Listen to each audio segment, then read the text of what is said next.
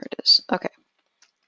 So I'm using the Scott Eaton Bodies in Motion site, and I've chosen this one animation of the fellow jumping off the stairs with parkour in a parkour style, which I thought was really cool. The lighting is really good. The animation's high quality. The photography is very high quality. They've got it broken up pretty nicely as far as keyframes go. Notice that a keyframe is going to be a major change in movement. So you might make your own little film, your own little video, and then set it up so that you can find the keyframe. So the trick's going to be keyframing it. So if this is the first keyframe, I'm going to want to have the next one have a fairly dramatic change or change of direction or something that really describes the motion. So I could go, I think that it breaks up pretty nicely because his arms are forward, his arms are coming around to the side and changing direction, and then they're going out. He's starting to tilt backwards. The next keyframe, his arms are quite elevated. I could skip this one perhaps because it's similar enough to this one that maybe it's not enough of a keyframe to make a difference. And then go to this one next. This one, he's definitely changing direction. He's starting to swing around and that's a pretty dramatic change from here to here. So you can imagine that you could do half a dozen drawings in between to smooth out that motion. So we're keyframing it though, and he's leaping up, rotating in the air. That makes a pretty good breakdown of the keyframe. Now, if it was a continuous video, so like these two are too close together here, I think. I would skip one of those. And out of those three at the end, I would only choose one of them because there's not enough of a change. I'd probably go from there, skip that one, and go to there. And then I would want one more, maybe if there was one more standing after this would be better than this one here because that's too much of an in-between. So what's nice about this thing is you can turn on the onion skinning and you can actually see the way that the frames progress ghosted in the background, which is what you do when you're doing traditional animation. You'll always have these ghostings so you can see the continuation of the motion, which is why it's so important to be able to overlay your drawings one on the other so you can do this kind of onion skinning. So when I did the drawings on here, I had one drawing for the background. Then there's a trick you can do now. I've got my layers all visible and all at 100%. You hold down the Alt and the Option key on your keyboard, it's Option if you're on a Mac and Alt if you're on a PC, and you click the eyeball on the layer visibility on the Photoshop and all the other layers turn off. So you have the one layer on and selected. So holding down that same Alt and Option key, you use the bracket key on your keyboard, the squarish ones that are next to the letter P, and you can walk up your animation and check the motion of your drawings as they go. And I've gotten only up to 15, so I have 6 or 7 more to do. But that's a great way to check your animation to see if your flow is working. And if it's not, you can adjust it. So you really want to go gestural, and I would say each one of these drawings probably took me a couple minutes, 3 minutes to draw out. And it's the way that I draw gesture drawings anyway, so people will vary a little bit in how they draw it. Now you can also turn on 2 layers and drop your opacity down so that you can make a makeshift onion skinning of your drawings so you can see. So just like this guy here, if I go to the same bump, 1, 2, when he's got his arms up like that, up high, I can see the ghosting of the frames behind, and you can see that gives me a good guide to show that I've got my figures in approximately as the same kind of position. That was really helpful to me. So it seems a little bit maybe slightly feels like a cheat almost because it's almost all laid out for me, but I'm not tracing it. I'm not rotoscoping. I am actually drawing it as a gesture drawing from what I see, and I can turn on and off the onion skinning depending on whether or not it's bothering me. And then I can walk up and down my layers. Now, from here, what would I do? So let's say this is the sum of my animation. I've decided that this is my animation. I'm going to take out, I don't want to throw it away, but I'll just save it as I'll save this first as what it is because I accidentally lost it. I think I didn't save it properly. Let me just save this really quick. I'll put this under new projects. My animation. Okay. And I'm going to go ahead and throw away this last layer so that I'm only dealing with these few frames. And I'm going to throw this one away as well because it will interfere with what I want to do next. So by walking up the animation, I can see that I did do some adjustment. I had to redraw the first couple frames because they were originally a little bit too short. Now, at this point, I would kind of want to put this into a PDF and see how it looks, because that's what you have to do for the class anyway, right? So once you've saved your animation, and I'm going to save it as my animation working. Okay. Then you go through, I'll put on my, put on the application frame so that we are not confused by what's going on behind it. Okay. And I like to float windows. I don't like my windows to be in tabs. I went over, oh, it's okay, Ryan, don't worry about it.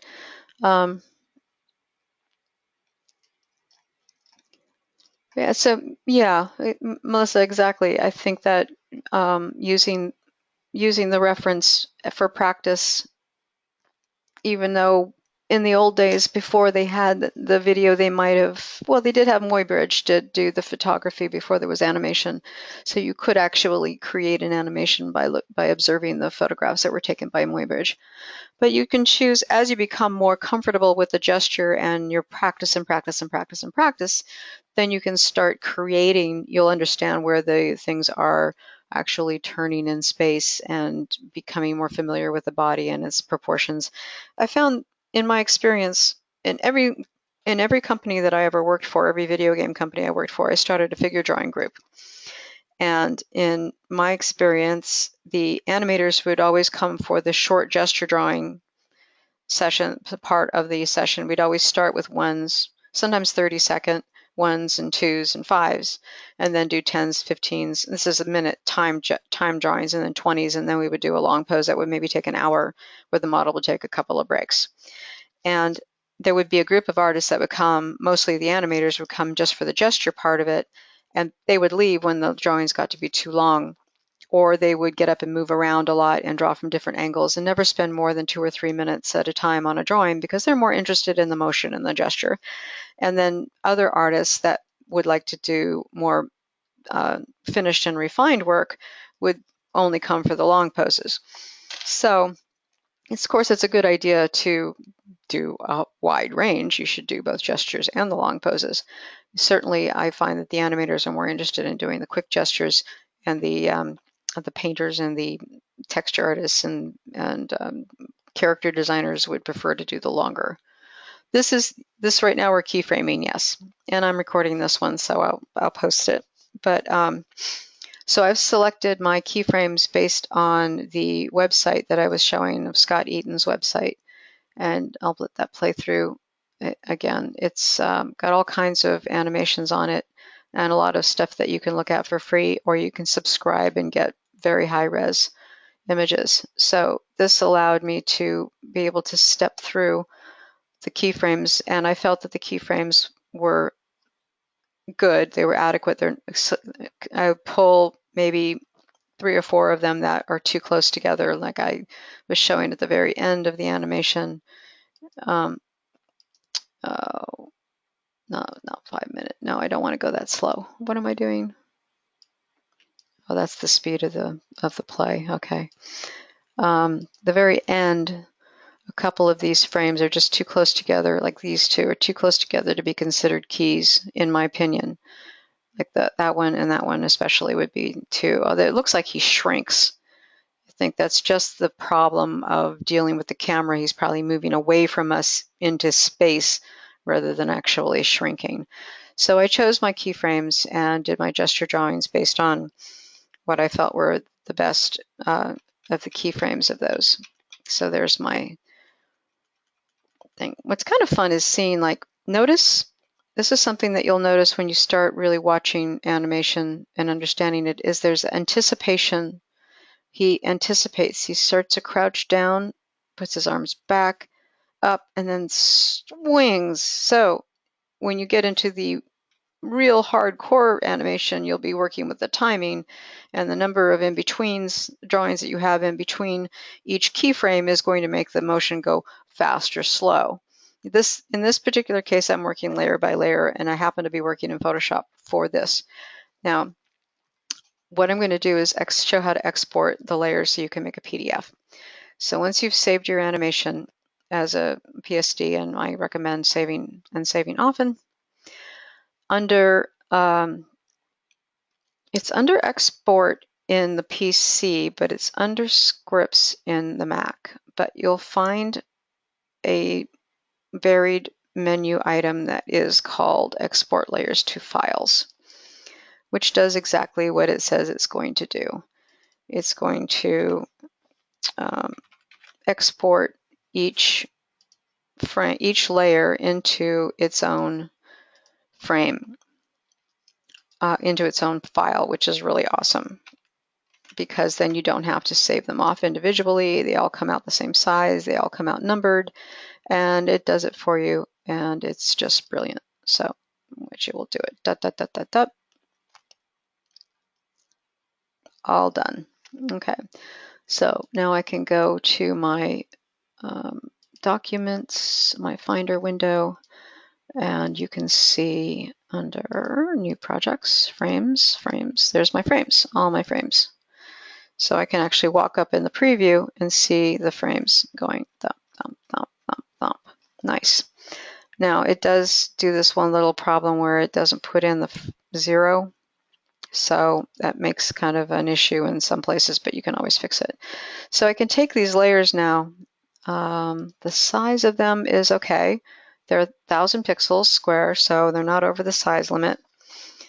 You want to take Acrobat, go create, combine files into a single PDF.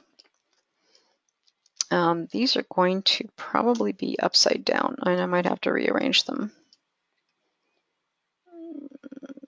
I wonder if I can rearrange them manually.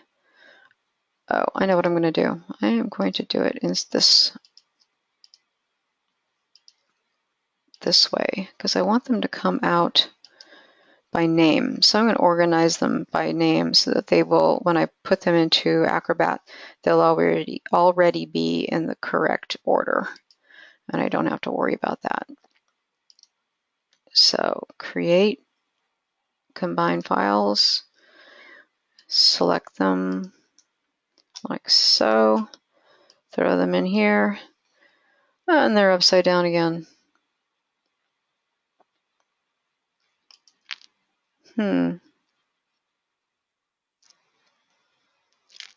Well, that's a pain in the butt, because you'd have to manually move them up, and I hate to have you guys sit through that while I do that. So I'm going to turn off the recording for a second. All right, so now I've got them all set up. I can combine my files, and I end up with a PDF, and my PDF will play through just as I would like it to, which is wonderful. So then you would save it, and then I'm off the end. I would fix this actually but I can fix that in Photoshop later, but I wanted to see it play through on the PDF. So you could turn this in as a PDF. And that would be your first pass run through. Okay, so the next stage of the animation would be to do the so the next part you do the 10 frames of each after you've done your initial 30 frames of like designing your animation basically. Then you take them 10 frames by 10 frames and refine them, redraw them as necessary, move them, resize them, whatever you need to do to make them look good. So if you're feeling really confident with the digital tablet and you've already been sort of like pre-approved to draw with the digital tablet, which I really push that because I don't want people to be using a tablet if they're not comfortable drawing that way. What I would do is I would make a new layer. I would ghost out this layer here and using my tablet. I'm not warmed up, so we didn't do any warm-up drawings, which makes a really big difference in the way that I draw. So I, being someone who's been drawing for most of my life, probably more longer than most of you guys have been alive, I understand very strongly the need and desire to warm up, the necessity of warming up before you draw. So I am actually going to be drawing without warming up, which makes me a little bit uncomfortable, but we'll just have to deal with it. So at this point, now that I've decided that I like my frames the way that they are, and I also recommend if you are going to be using Photoshop to draw, that you learn your hotkeys, and you can find out what they are by tapping on them. You can see the brush tool is the letter B. So I like to use the brush tool because it's more like the line is more natural. It doesn't work if you're drawing in white. The letter X will actually swap you colors front and back. The letter D, if you decide to go off on some weird color like red, which is fine, you can do that. The letter D will put you back to black and white, which is good. So that's a hotkey. These are hotkeys that are useful. The letter E would be the eraser, and the letter B is the brush. So the way that I have my tablet set up, I like to draw with a brush because it's more like a charcoal to me than one problem with my tablet is it sometimes disables my keyboard. So keeping in mind on what page you're on, what layer you're on, this would be the new copy of this very gestural sketch. So, and you can use the bracket key to size your brushes up and down. Another thing in Photoshop, if you're not familiar with the tablet and all that stuff, these tools up here, this will adjust the way the pressure works. This adjusts the flow of it. This changes the quality of it just a little bit more. Setting up your tablet in a way that makes it useful for you is really important, and you'll need to play with your digital tablet to give yourself the kind of quality of brush that you like, that you need, or that I need. So here's my quality of brush. I like it if I can go light and I can go dark. It makes it more like a real pencil. If I was using, or a real analog, if I'm using a pencil, which is underneath the brush, it's most likely going to be very hard edged. Now when I see drawings like this, that's a red, yeah, I'm using a tablet. I'm using an Intuos, actually it's a Bluetooth Intuos. This is not good. These kinds of lines are not good for this. I want to see a line that looks like a pencil and not like a digital thing. So if you can't get your tablet to behave itself and be like a digital, or like more like an analog thing, then you should be using pencil. But so if I was going to be doing this digitally, I would then go in and do more refined line drawing based on, I would look at my reference probably to get the details of it. But trying to get a good quality of line and getting more cleaned up. Like I said, I'm not warmed up, so please forgive the nastiness of the drawing.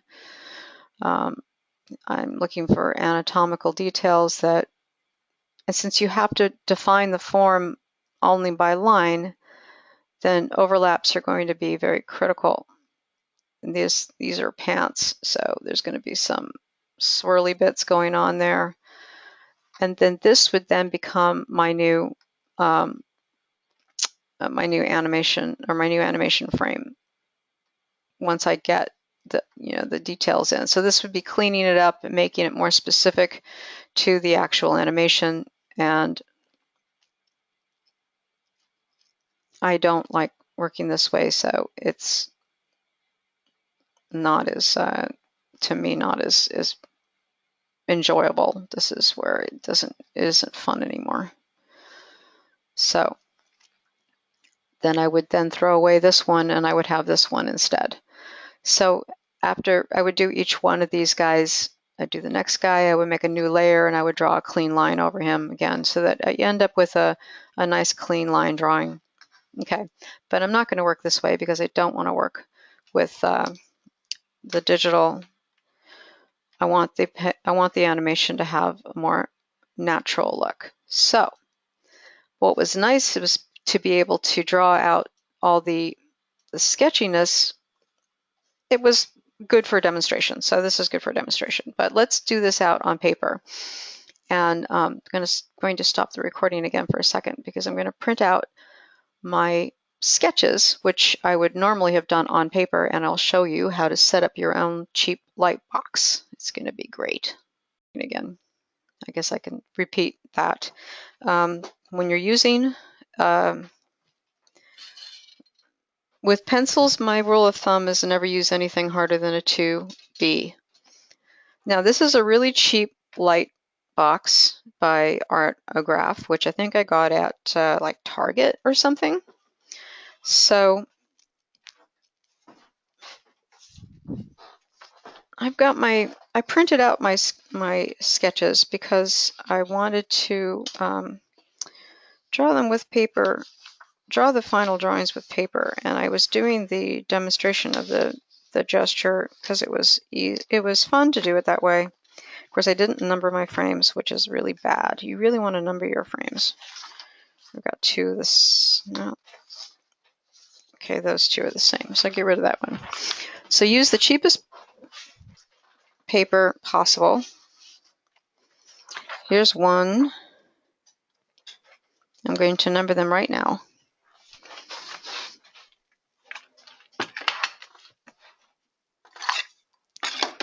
All right, and I'm going to use a 6B because I can.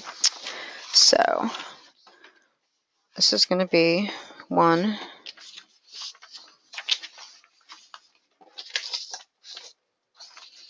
Nope, I lied. This is 1. This is 1. This is 2. My fault for not doing this properly in the first place. It's 2, 3, 4, 5. And I'm going to check myself on that. That looks right. Okay. 2, 3, 4, 5. 2, 3, 4, 5. So definitely number your frames before you do them.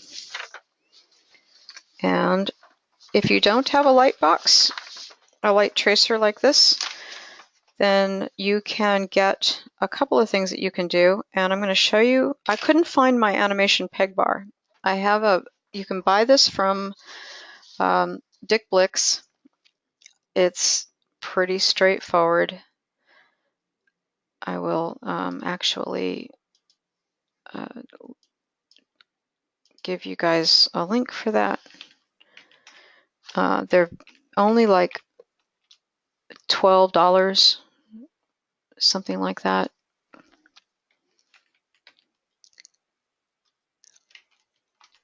It's pretty cheap.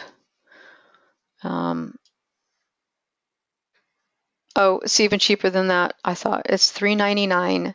You can get an Acme plastic Acme from the Acme company plastic animation peg bar. So it looks just like this. It has a flat thing on either side and a round one in the middle. And then you can get animation paper, which I have some of. However, I found that the animation paper is so expensive. So here is, and they do sell the animation paper there too. You can get it through Dick Blick as well. So the animation paper, as you can see, has the holes in it like that, so you can flip it on, set it on the peg bar, and it's big. It covers, and it's pretty thin paper. So you can use this. Now the point, of course, of having the peg bar is so that you can line up your drawings perfectly. Now, you can use a plastic dish tub. Yes, sketch paper would work. This is not necessary material for this class, but if you want to do traditional animation, this is what you would get as a professional. And you can buy professional animation tables. And in the classroom, there is there's a document called Websites of Interest, and it's in the classroom, but I will show you really quickly. Besides the Acme peg bar, you can also get the animation paper, I'm sure is in here somewhere. Oh, this is really good too. I would definitely get one of these if you can. Well, this is a mall stick, but I have one of those for painting. But this animation bridge, it's like 12 bucks, I think. Not too bad. Oh, it says it's unavailable. That's too bad. But I have one of these, and they're really, really useful to keep you from smudging your paper with your hand. All right, so we've looked at that. Now, the other thing you want to look at is possibly an animation table, depending on how hardcore you want to get into this kind of stuff. There's, in this document that you can find on the website in the classroom, you'll find also demos on tablet techniques, which would be useful if you want to go that way. But besides that, we have a couple of light table resources. And the best one is this Instructables Cheap Animation Table. See the plastic tub upside down with a light inside and a ruler with a peg bar, a handmade peg bar. So this stuff would cost you less than 10 bucks to throw this puppy together here. And definitely recommend it. There's other more fancy ones. You can get one of these guys from Jerry's or from Dick Blick's. This is really cool too, but it's about 100 bucks. It might be a worthwhile investment. It's an LED light table that's flat and doesn't heat up, doesn't get hot. Actually, some of them are battery powered. You can charge them up and take them with you wherever you want to go. So that's a nice way to go. Another thing, if you want to get, if you're very, very handy, you can build your own, and there is plans to build your own animation table. Now, the nice thing about the animation tables, the real ones, is they're on a disc, so they rotate, which means that as you're drawing, you can just rotate the board whichever way you need to make it comfortable for drawing, which is one of the reasons that I'm not a big fan of drawing digitally, because I can't do that. I can't turn the paper to get the kind of feel that I want, although technically in Photoshop you can turn the paper. My brain won't let me work with that. So there's actually a new animation disc. You can get just the disc, but these things are going to run you a couple $100. They are set up with the peg bars, and usually you'll have a peg bar at the top and the bottom for professional animation, and the paper will have things on both sides. Okay, so enough of that. Let's go back to my little animation table, which I'm going to use. Now, I am also going to demonstrate the beauty of using cheap tools. I couldn't find my peg bar, but I did find a ruler. I'll turn off the light so you can see what I'm doing. I've got a 3-hole ruler, and I've got some wooden pegs. So I'm actually been wanting to do this for a long time. If I hot glue gun my peg bar to my to my light table here, hot glue is awesome stuff, and it holds things in place very nicely. And then you can either use carpenter's glue or hot glue, and you can put your little pegs in there too. So there, I've got my hot glue, I've got my pegs. I'm only going to put in 2 pegs because I couldn't, the other one's too big, but that's all right. We'll start with that. Now what? She says, they say. Now I've got my peg bar, it's solid. I got my pegs on there. I've done my hot glue baby thing here, which is really, really awesome. Now, what's the next magic trick I'm going to perform? It's called a 3-hole punch.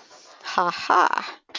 You take your 3-hole punch and you take your paper, and I'm going to use new printer paper because I want to make new drawings. So I can make my own animation paper with my 3-hole punch.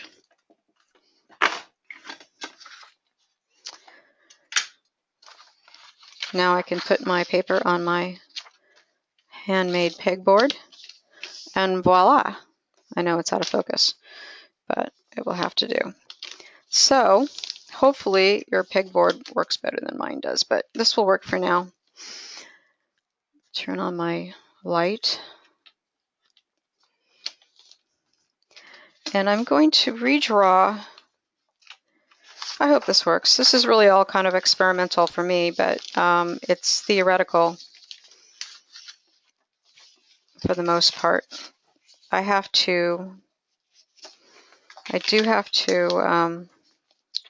to make sure that since my thing's all printed out correctly, I'm going to go ahead and punch these guys with 1 hole.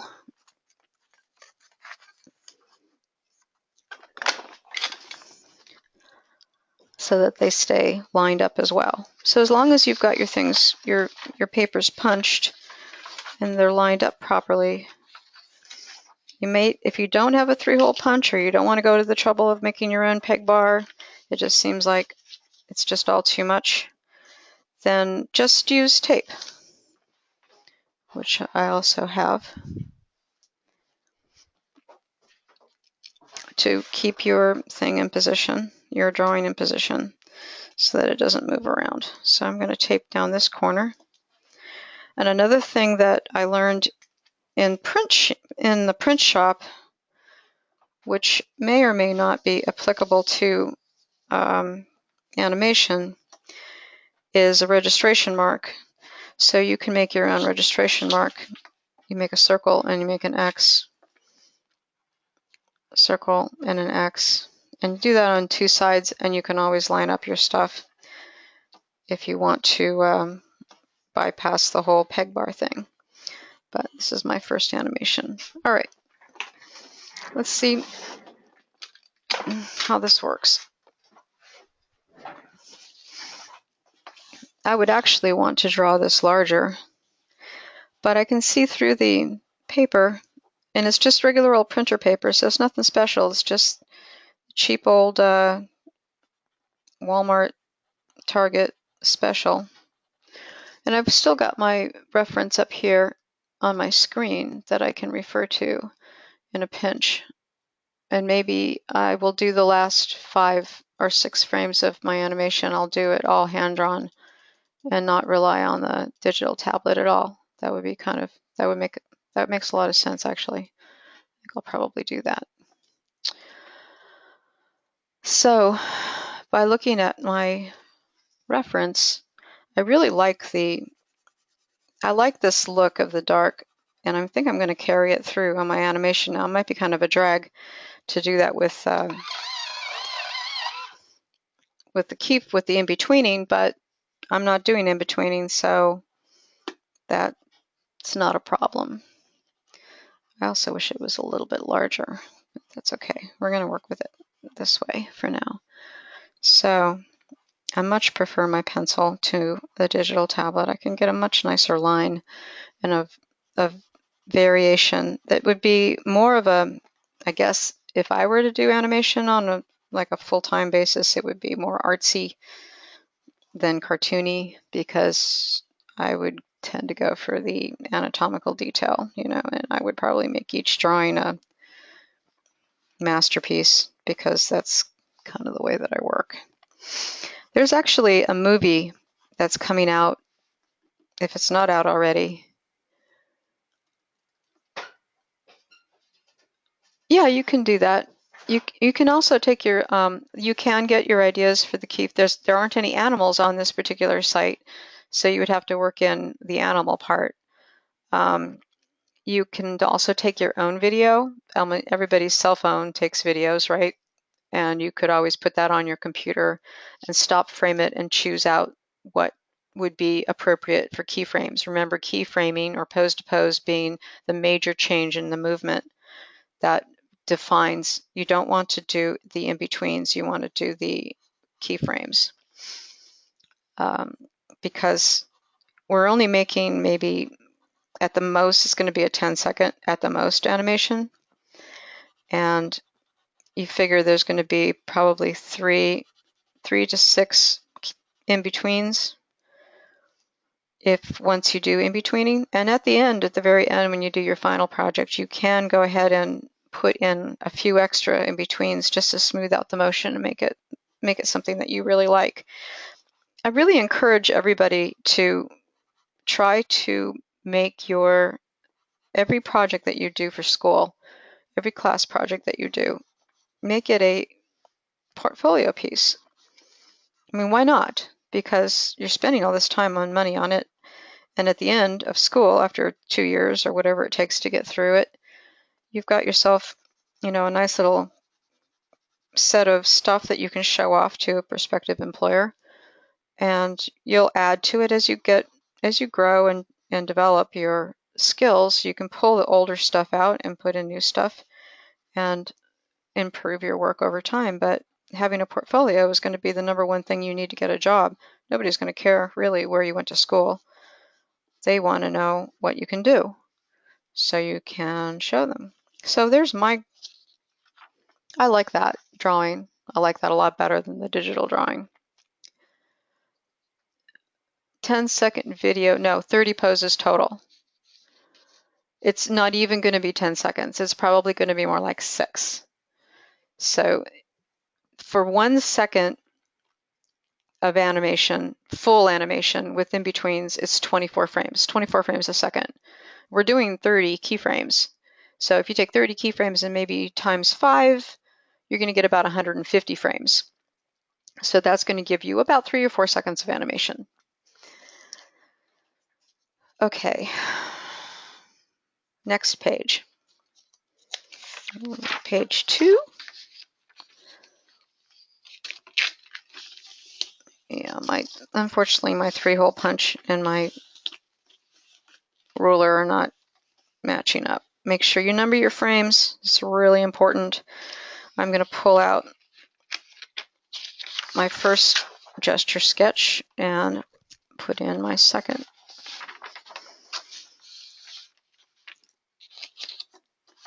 gesture sketch. Put my keyframe on top of that. So here's my second movement, and I'll probably have to pull him. I'm going to pull this guy out first. This is kind of cool because I can just rotate this out of the way, and I'll draw this guy and then I'll fine tune it. So if you're working straight and you're not doing a second pass like this when I'm redrawing the drawings, but you're working straight from frame to frame over the pencil drawings, I definitely would keep the previous frame underneath there so that you can get the motion going. And I can't keep my pencils sharp enough to keep me happy. Let me me see. Let me look at the next guy. I want to see the next frame. Right. Okay, so I can see a bit more of his chin, which is good to know. Make sure when you're drawing your figures, and we didn't do much on proportion or anything like that today. We will at another time, but one thing that's really important, well, there's a couple of things that a lot of people have struggle with when they're first starting out. Don't cut off the back of the guy's head. Remember that the face is really only about a quarter of the whole figure. And in this gestural style of work, we're not going to need a whole lot of facial detail, I think. I like to use, if there's clothes, and I know that, oh yeah, somebody had mentioned that they had changed their assignment because it does say in the original assignment to use a nude. You don't have to use a nude, I don't care. I like to use the clothes to give a bit of contour to the figure itself. The clothes can define a roundness. Any chance you get, especially when you're working with something that's very linear like animation, you want to try to get those little overlaps of the figure so that it gives it a sense of volume and mass. The biggest thing I see that is so disheartening in the student work is that it's all contour, outline, hard contour. So you notice that I try to give a little bit of a shadow, but also just the overlaps of the muscles and the body parts. So it's not just a solid contour. The minute you put a solid contour around a figure, you just kill any sense of depth or anything that was in that figure.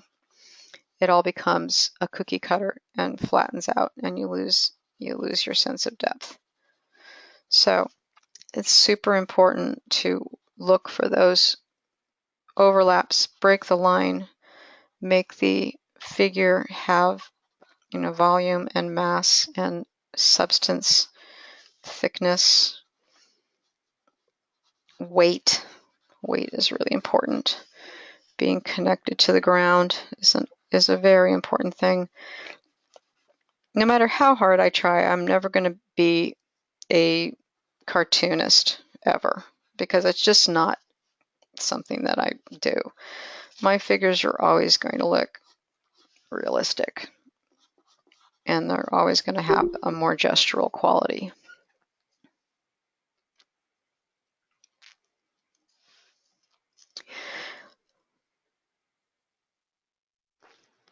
So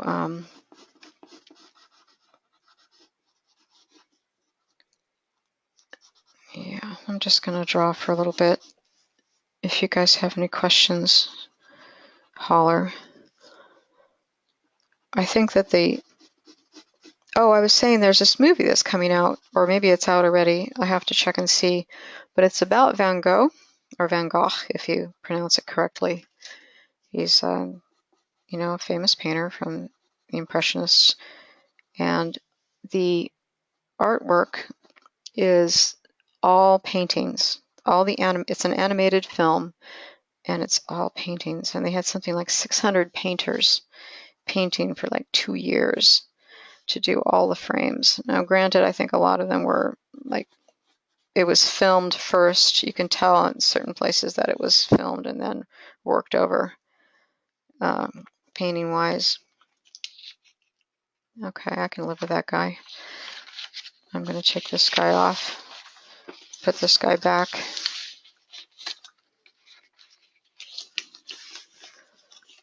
See, now his feet are not matching up the way that I would like them to, so I'm going to have to adjust this. This is where his feet should be. They should stay together. So I am going to use my registration marks in this case.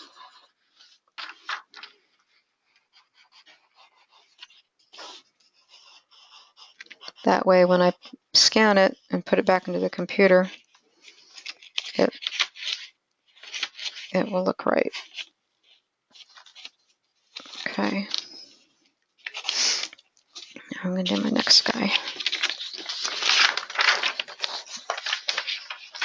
I think that maybe the printing of it might have gotten a little bit off.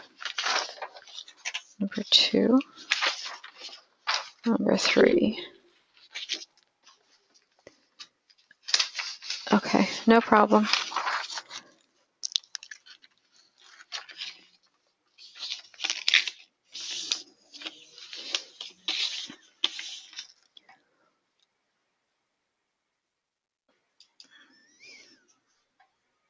Sorry to skip that one.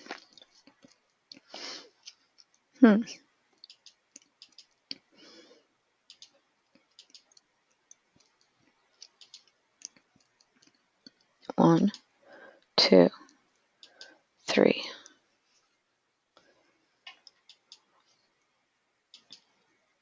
Oh, that is a totally wrong frame. What do you think about that? We don't want that frame.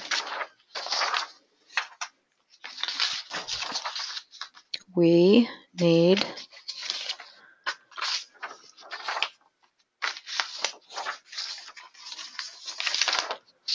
got 1, 2, and 3.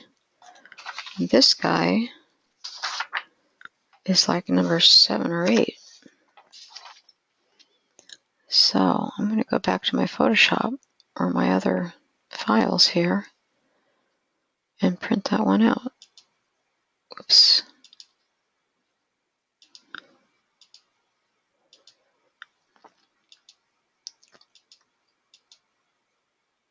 Oh, I guess I didn't. Okay, so that's that one and that one. I skipped that one altogether. Okay, that's cool. So I'm just checking this. Didn't remember what I had done.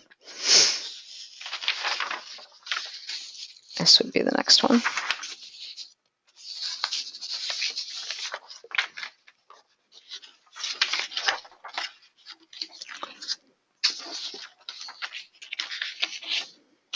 Now, I want to make sure that his feet line up. That's good. His feet line up here.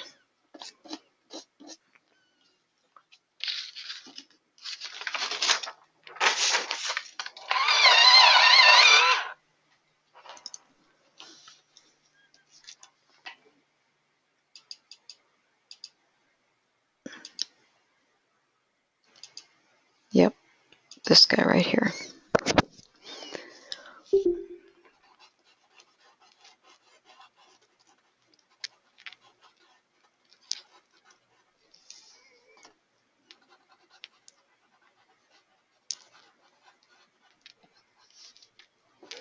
So I really can see we can get a lot of really great overlap with the shoulders in front of his chest. I think his stomach needs to be, I might push his bum out a little bit more. So in your redrawing of your frames, here's where you can make improvements into that you might have missed the first time or the second time or the third time through. So it's okay to keep redrawing the frames if they're not quite right. That's why we're doing it in a very more gestural and sketchy fashion, so that we don't waste a lot of time doing final drawings on something that isn't really working for us. So we've got 2 legs showing here. I want to make sure I get that in there. His shoulders are way up close to his ear. And they're coming way towards us. So I really want to accentuate the coming towards us sense, and might even exaggerate the size of that fist. So we really want it to move in space. Sometimes we have to make things force the perspective.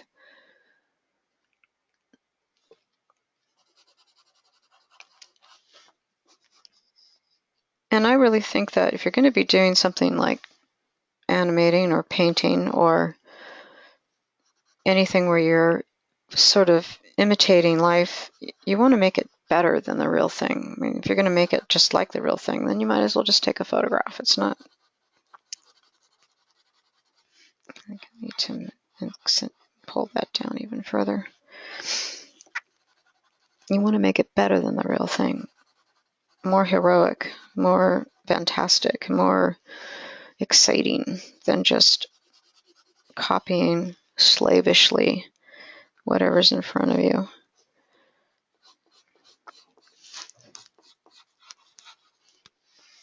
So that's why observing, practicing from observation, and then going on to make that even better than it could be in real life. I think all that stuff is super important.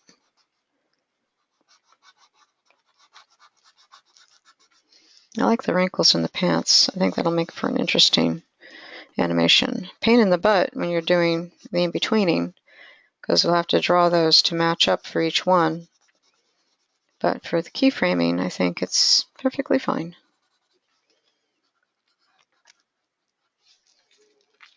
So this will be number 3, actually.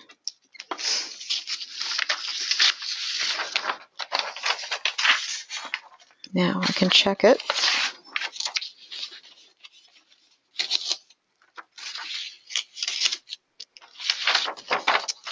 My first one was off a little bit, so I have to go by the registration marks on that because the punching was off. But now you can see your three different images.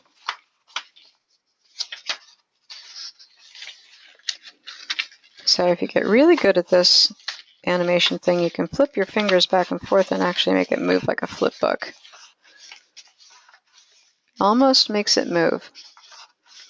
So that is a more traditional approach. I think that working with some kind of a light box, getting your figures lined up on your light box is going to be your best key. If you can work with the digital and it comes out looking clean and realistic and natural, like it's been hand drawn, then that's not a problem at all. Okay, so I covered that. Photoshop, covered the light box. I was going to do an anatomical drawing, but I think I'm going to save that for another time because my hand is bothering me.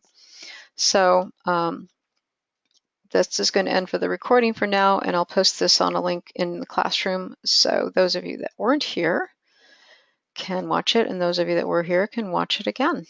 How's that sound? All right. If you have any questions, you know how to get a hold of me. Text message, email, Skype. It's all there in the classroom. Thanks.